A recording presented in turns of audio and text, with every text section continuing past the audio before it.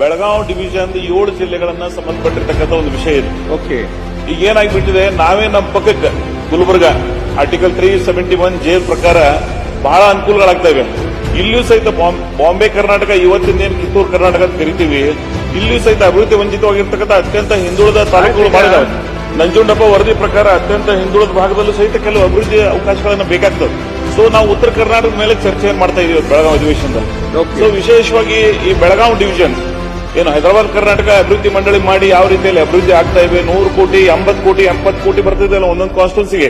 ಇವತ್ತು ನಮ್ಮ ಪರಿಸ್ಥಿತಿ ಏನಾಗಿದೆ ಅಂದ್ರೆ, ನಮ್ಮ ಪಕ್ಕಕ್ಕೆ ಅಫ್ಜಲ್ಪುರ್, ಜೇವರ್ಗಿ, ಆಳಂದ್ ಅಲ್ಲಿ ಏನೆಲ್ಲ ಆಂದೋಲನಗಳಾಗ್ತವೆ, ನಮ್ಗಿಲ್ಲ. ಈಗ ದುರ್ದೈವಶಾತ್ ಈಗ ನಮ್ಮದೇ ಬಿಜಾಪುರ ಇವತ್ತ ಕೋರ್ಟ್ನಲ್ಲಿ ಗುಲ್ಬರ್ಗದವ್ರ ಜೊತೆ ಹೋಗ್ತೀವಿ ನಾವು.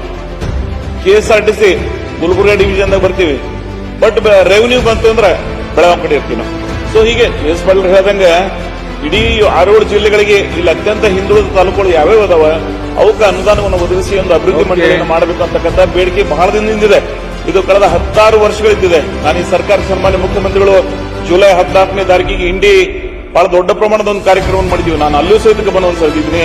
ಇವತ್ತು ತಮ್ಮ ಮುಖಾಂತರ ನಮ್ಮ ಸರ್ಕಾರಕ್ಕೆ ಮನವಿ ಮಾಡ್ಕೊತೀನೋ, ಈ ಪ್ರದೇಶಕ್ಕೆ ತಾವೇನು ಉತ್ತರ ಕರ್ನಾಟಕಕ್ಕೆ ಚಿಂತನೆ ಇಟ್ಕೊಂಡು ಇವತ್ತು ವಿಧಾನಸಭೆಯನ್ನು ನಡೆಸ್ತಾ ಇದ್ದೀರಿ, ಈ ಜನರಿಗೆ ಒಂದು ಅಭಿವೃದ್ಧಿ ಆಗ್ಲಿಕ್ಕೆ ಅನುಕೂಲ ಆಗ್ಲಿಕ್ಕೆ ಒಂದು ಅವಕಾಶ ಮಾಡಿಕೊಟ್ರಿ ಅಂದ್ರೆ ಒಂದು ಐತಿಹಾಸಿಕ ನಿರ್ಣಯ ಆಗ್ತದೆ.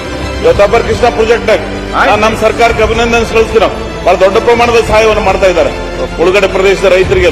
ಸೊ ಇಂಥದೇ ಒಂದು ಯೋಜನೆ ನೀವು ಮಾಡಿಕೊಟ್ಟಿದ್ದೆ ಆದ್ರೆ ನಮ್ಮ ಸರ್ಕಾರಕ್ಕೆ ಒಳ್ಳೆ ಹೆಸರು ಬರ್ತದೆ. ಉತ್ತರ ಕರ್ನಾಟಕಕ್ಕೆ ಇವತ್ತು ಏನ್ ಸದನ ನಡೆಸ್ತಾ ಇದ್ದೀವಿ, ತಾವು ಈ ಸಲ ಮೊದಲನೇ ಆದ್ಯತೆ ಕೊಟ್ಟು ನಾವು ಅವಕಾಶ ಮಾಡಿಕೊಟ್ಟಿದ್ರಿ, ಅದಕ್ಕೊಂದು ವಿಶೇಷವಾದಂತ ಗೌರವ ಬರ್ತದೆ. ಇದನ್ನ ಅರ್ಧ ಗಂಟೆಗೆ ನೀವು ಚರ್ಚೆಗೆ ಹಾಕೋಬೇಕು. ಹೋದ ಸಲ ನಾವು ಇದನ್ನ ಅರ್ಧ ಗಂಟೆಗೆ ಚರ್ಚೆಗೆ ಹಾಕಿದೀವಿ, ಆದ್ರೆ ಅದಕ್ಕೆ ರೀಚ್ ಆಗಲಿಲ್ಲ. ಈ ಸಲ ರೀಚ್ ಆಗುವಂಗ ಒಂದು ಅರ್ಧ ಗಂಟೆಗೆ ಅವಕಾಶ ಮಾಡಿಕೊಡಿ ಅಂತ ಹೇಳಿ ತಮ್ಮಲ್ಲಿ ನಾನು ಮನವಿ ಮಾಡ್ಕೋತೀನಿ.